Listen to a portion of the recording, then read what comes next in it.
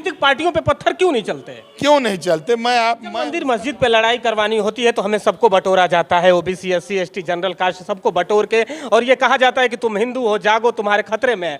But जब वो उसी मंदिर की जिम्मेदारी देनी होती है तो कुछ ही एक वर्ग को दिया जाता है, फिर वो और जाति के लोग हिंदू से तक हिंदू जगे नहीं थे, अब वो अपने अधिकार के लिए लड़ रहे हैं। सड़क पे अगर तलवारें लेके आ रहे हैं तो वो जागरूक हो चुके हैं और अपने हिस्से की मांग तो रहे ना। बुलडोजर चला रहे तो समाजवादी पार्टी और कांग्रेस सड़क पे आ रही है, कह रही है कि देखो ऐसे कार्रवाई कर रहे हैं। लेकिन सेलेक्टिव कार्रवाई करेंगे, एक तरफा कार्रवाई में देखा गया जिसकी सत्ता रही है वो थोड़ा मनमानी तो किया ही है, किसी ने छोड़ा तो है नहीं। सत्ता हिंदू वो है जो गंगी जमुनी तहजीब, जो हमारी रवायत और सभ्यता जो हजारों साल से चली आ रही है उसका।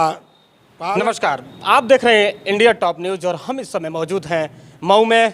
आपको बता दूं कि ये दारा सिंह चौहान जी का कार्यालय है और हमारे साथ इस समय मौजूद है समाजवादी पार्टी के वरिष्ठ नेता के पांडे जी। आइए हम इनसे बात करते हैं और जानते हैं। सबसे पहले तो सर इंडिया टॉप न्यूज़ में आपका स्वागत है। धन्यवाद आपको। हम बातें करेंगे आज का जो राजनीतिक दशा चल रही है, जितनी बातें चल रही हैं। सबसे पहला जो मुद्दा है, रामनवमी पे पत्थरबाजी हुई, जो हनुमान जयंती के दिन पत्थरबाजी हुई, इसको आप कैसे देखते हैं? आप वरिष्ठ नेता हैं और इस पे देखिए, इसके पहले भी त्यौहार होते थे और बहुत ही सौहार्दपूर्ण वातावरण में होते थे, रामनवमी, हनुमान जयंती। लेकिन इसको एक स्पेशल बना करके और जिस तरह से एक सुनियोजित षड्यंत्र के तहत काम हो रहा है, हम ये नहीं कहते कि रामनवमी या हनुमान जयंती ये हमारा हिंदुओं का त्यौहार है और ये मनना चाहिए, शोभा यात्राएं निकलनी चाहिए, लेकिन एक षड्यंत्र की तरह तहत कि ये शोभा यात्रा निकलेगी, हम ये बोलेंगे तो ये बोलेंगे, ये दो भाग में इस देश को बांटने की कोशिश हो रही है। हिंदू मुसलमान में इस देश को बांटने की कोशिश हो रही है। तरह से लाउड स्पीकर मस्जिद पे अजान पे अब दिक्कतें होने लगी हैं। अब उनके सामने हनुमान जयंती पे हनुमान जी के अब चालीसा चलाए जा रहे हैं, तो आप इस पे क्या कहना चाहते हैं? देखिए, हम सनातन धर्मी हैं और क्या है सनातन धर्म? तो सनातन धर्म का मूल मंत्र है कि सर्वे भवन्तु सुखिनः, सर्वे सन्तु निरामया, सर्वे भद्राणि पश्यन्ति, माँ कश्चित् दुख भाग् भवेत्। यह है सनातन धर्म। हम सबकी कल्याण की बात करते हैं, हम उसमें हिंदू मुसलमान नहीं करते हैं।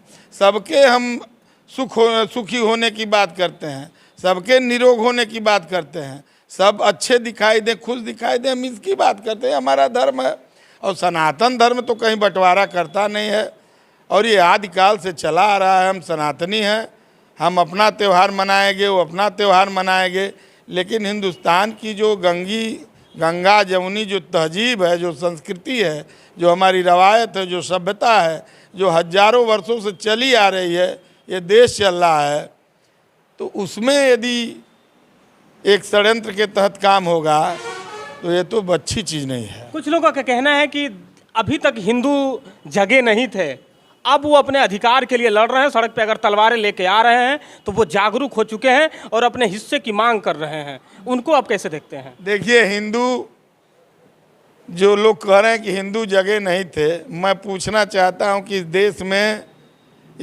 में 1400-1500 पूर्व का जब आप इतिहास देखेंगे वर्षों का, 1400-1500 वर्षों का, इस देश में तमाम आक्रांता आए, विदेशी आए, तमाम जो है खिलजी आया, गजनी आया, गोरी आया, हूण आए, कुषाण आए, अंग्रेज आए। आखिर ये हिंदू धर्म समाप्त हो गया क्या? किसी ने हिंदू धर्म को मिटा दिया? कोई नहीं मिटा पाया। इस धर्म की ऐसी संस्कृति है, ऐसा तहजीब और कल्चर है।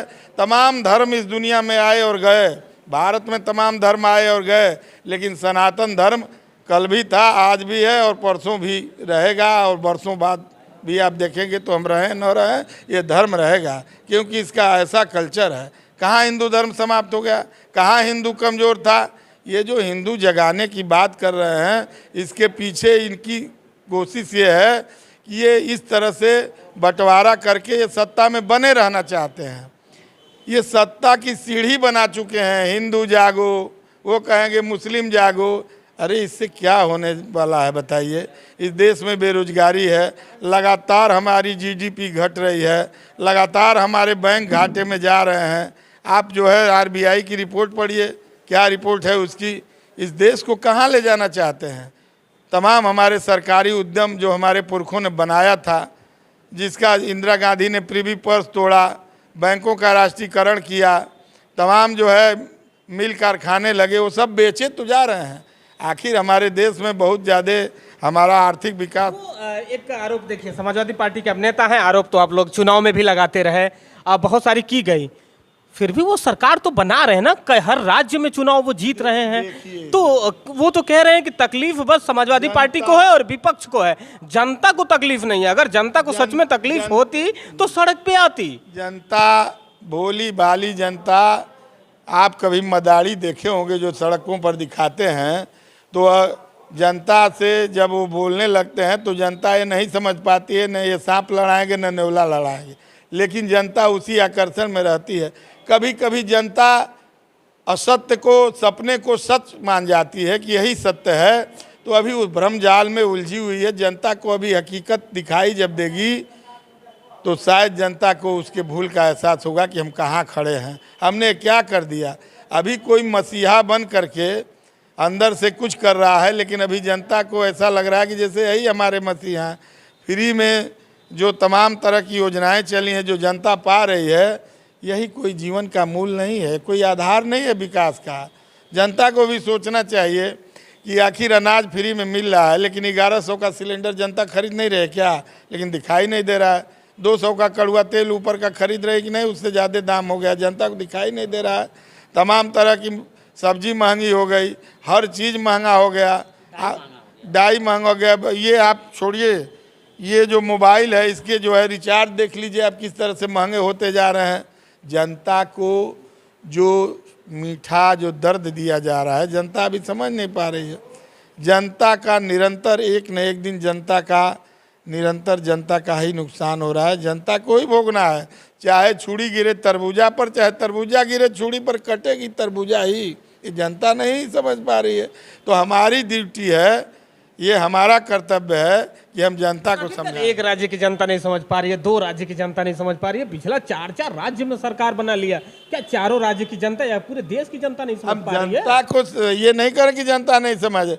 जनता अभी जो है भ्रम जाल में, इंद्रजाल में उलझी हुई है। जब वो जाल टूटेगी तो जनता को अपनी भूल का एहसास होगा, फिर सरकार बदल देगी। क्या लगता है, जैसे यूपी चुनाव हुआ अभी कुछ दिन पहले, देखें कितना गहमी थी, पूरा अखिलेश यादव ने उत्तर प्रदेश का भ्रमण किया, प्रियंका गांधी कांग्रेस से पूरा उत्तर प्रदेश का भ्रमण करती हैं, उनको उनके काफिले पे यहाँ तक कि बीजेपी के कई राज्य के मुख्यमंत्री आके उत्तर प्रदेश में भ्रमण किए, बट उनके किसी भी काफिले पे एक पत्थर नहीं चला। बट जैसे ही कोई त्योहार आता है, रामनवमी हो, हनुमान जयंती हो, रोजा हो, रमजान हो, वहां पे पत्थर चलने लगते हैं। इसको क्या माना जाए? जिस देश में बीजेपी जैसी राजनीतिक पार्टियां, मैं एक सवाल आपसे कहना चाहता हूं कि आखिर त्योहारों पे ही इस तरह का माहौल क्यों? राजनीतिक पार्टियों पे पत्थर क्यों नहीं चलते? क्यों नहीं चलते? मैं इसका जवाब दे रहा हूं, राजनीतिक पार्टियों पे पत्थर नहीं चलेंगे, क्योंकि राजनीतिक पार्टियों का जब अपना मकसद आता है तो जो पत्थरबाज हैं, जो चलाने वाले लोग होते हैं, जो उनके इशारे पर काम करते हैं, उस समय उनको वो नुकसान कर देते हैं कि इस समय चुनाव है भैया, रहने दो, नुकसान हो जाएगा। मैं पूछना चाहता हूं कि जहां जहां विरोधी दलों की सरकारें हैं वहीं क्यों बवाल हो रहा है, वहीं क्यों पत्थर? मैं आपसे पूछना चाह रहा हूं, जहां बीजेपी की सरकार नहीं है। तो क्या माना जाए कि इसमें राजनीतिक पार्टियां ही पत्थर चलवाती हैं लोगों को भेज के? भाई मैं तो ये मानता हूं कि यदि सरकारें चाहें, मैं कहता हूं कि यदि ईमानदारी से कार्रवाई हो, पत्थरबाज चाहे हिंदू हो और चाहे मुसलमान हो, आतताई का कोई वो नहीं होता है। सरकारों को सख्ती से कुचल देना चाहिए ऐसे असामाजिक तत्वों को। तो कुचल तो रहे ना, बुलडोजर चला रहे तो समाजवादी पार्टी और कांग्रेस सड़क पे आ रही है, कह रही है कि देखो ऐसे कार्रवाई कर रहे हैं। लेकिन सेलेक्टिव कार्रवाई करेंगे, एक तरफा कार्रवाई करेंगे, ये ठीक नहीं है। राज धर्म का पालन करें, देखें कि दोषी कहाँ से है, कौन दोषी है, और ईमानदारी से राज धर्म का पालन करते हुए जो राजा होता है, जो नेता होता है, वो सबका होता है, वो किसी दल और पार्टी का नहीं होता है। और खुलेआम किसी की सरकार है तो उसको छूट नहीं मिल जाएगी। मैं मानता हूं कि आतताई इधर भी हैं, आतताई उधर भी हैं, और जो है चुनाव में दोनों लोग जो है सब में जो है राजनीतिक दल इनको चुपचाप और जुबान बंद रखना के लिए कहता अपना काम। हर पार्टियों में देखा गया जिसकी सत्ता रही है वो थोड़ा मनमानी तो किया ही है, किसी ने छोड़ा तो है नहीं। सत्ता सेवा के लिए होती है, सत्ता देश को बहबूदी की तरफ ले जाने के लिए होती है, सत्ता जन कल्याण के लिए होती है, सत्ता किसी का घर गिराने के लिए, किसी का उत्पीड़न करने के लिए या विरोधी दलों की आवाज़ को दबाने के लिए, उसको जो है किसी भी तरह से जो है नेस्तनाबूद करने के लिए सत्ता नहीं होती है विरोधी दलों को। यहाँ तो इस देश के प्रधानमंत्री के जुबान से मैंने सुना, गृह मंत्री के जुबान से मैंने कांग्रेस मुक्त भारत, विपक्ष मुक्त भारत, ये क्या है? आप जनतंत्र की हत्या करना चाह रहे हैं। तो वो कह रहे हैं ना कि जितने भी हिंदू हैं और जितने भी हिंदुत्व को चाहने वाले हो इस समय बीजेपी में है, जो विपक्ष में है वो भारत के खिलाफ है। कौन हिंदू है? हिंदू वो है जो गंगी जमुनी तहजीब, जो हमारी रवायत और सभ्यता जो हजारों साल से चली आ रही है, उसका पालन करने वाला और सबको लेके चलने वाला हिंदू है। हिंदू बहुत बड़ी चीज़ है। हिंदू वो सब लोग हैं जो राष्ट्र के लिए काम करते हैं, देशभक्त वो सब लोग हैं जो राष्ट्र के बारे में सोचें। हिंदू मुसलमान के बारे में बांट करके सोचने वाला आदमी हिंदू नहीं होता है। जब मंदिर मस्जिद पे लड़ाई करवानी होती है तो हमें सबको बटोरा जाता है, OBC SC ST general caste सबको बटोर के, और ये कहा जाता है कि तुम हिंदू हो, जागो तुम्हारे खतरे में है। बट जब उसी मंदिर की जिम्मेदारी देनी होती है तो कुछ ही एक वर्ग को दिया जाता है, फिर वो और जाति के लोग हिंदू से बाहर क्यों चले जाते हैं? भाई ये देखिए, यह तो उनका यही काम है, छल छद्म से हर चुनाव को जीतते चले आ रहे हैं। हिंदू का नारा दे करके और मुसलमान का नारा दे करके और जातियों का नारा दे करके न कोई समाज बनाया जा सकता है, न देश चलाया जा सकता। लेकिन लोग नहीं समझ रहे हैं। पार्टियां आज ये प्रयोग सफल उनका हो जा गया है तो उसी पर प्रयोग को ये लोग कर रहे हैं बार बार, लेकिन ये अंततः देश के लिए खतरनाक है। ये देश टूट जाएगा इस तरह से, ये प्रयोग से सफल हो जाएंगे। आप सत्ता जरूर मिल जाती है, आपको लगता है कि मेरा ये प्रयोग सही है, लेकिन अंततोगत्वा जब सब मिला के देखेंगे तो देश आप कहाँ ले जा रहे हैं, इस पर भी तो सोचिए कि देश को ले कहाँ जा रहे हो भाई आप। तो संकल्प ले रहे हैं ना मजबूत राष्ट्र बनाने की। जब कोई वर्ग जो इस देश में रहता है, चाहे हिंदू हो, मुसलमान हो, सिख हो, ईसाई हो, और एक वर्ग दुखी होगा, एक वर्ग को लगेगा कि नहीं हमारे साथ न्याय नहीं हो रहा है, तो देश कैसे मजबूत होगा? ज़रा हमको आप बताइए। 22 करोड़ है जनसंख्या, लोग कहते हैं माइनॉरिटी की, 22 करोड़ को आप कहाँ भेज देंगे? अरे उनका विश्वास जीतिए। मैं कहता हूँ कि ऐसे भी लोग हैं, मैं कहता हूँ कि मुसलमानों में भी इस तरह के लोग हैं जो राष्ट्र विरोधी काम करते हैं, तो उनके खिलाफ दमनात्मक कार्रवाई हो। जो हिंदुस्तान में है, जो इस भारत की मिट्टी का अन्न जल ग्रहण करता है, यदि देश के विरोधी काम करता है, देश के साथ गद्दारी करता है, तो न हिंदू है न मुसलमान है, वो राष्ट्र विरोधी है। लेकिन किसी एक व्यक्तिगत, सबको एक नहीं टारगेट हम कर सकते हैं ना, एक जात को ही पूरा गद्दार नहीं बना सकते। कर दीजिए, साइंटिस्ट बनाइए, IT सेक्टर में काम कराइए और तमाम डॉक्टर बनाइए, विद्वान बनाइए, इस रास्ते पर ले चलो भाई। आप क्यों इस सब धर्म में उलझा रहे हैं? तो ये थे समाजवादी पार्टी के वरिष्ठ नेता के पांडे जी। आप देख रहे थे इंडिया टॉप न्यूज़। मैं संजय, नमस्कार।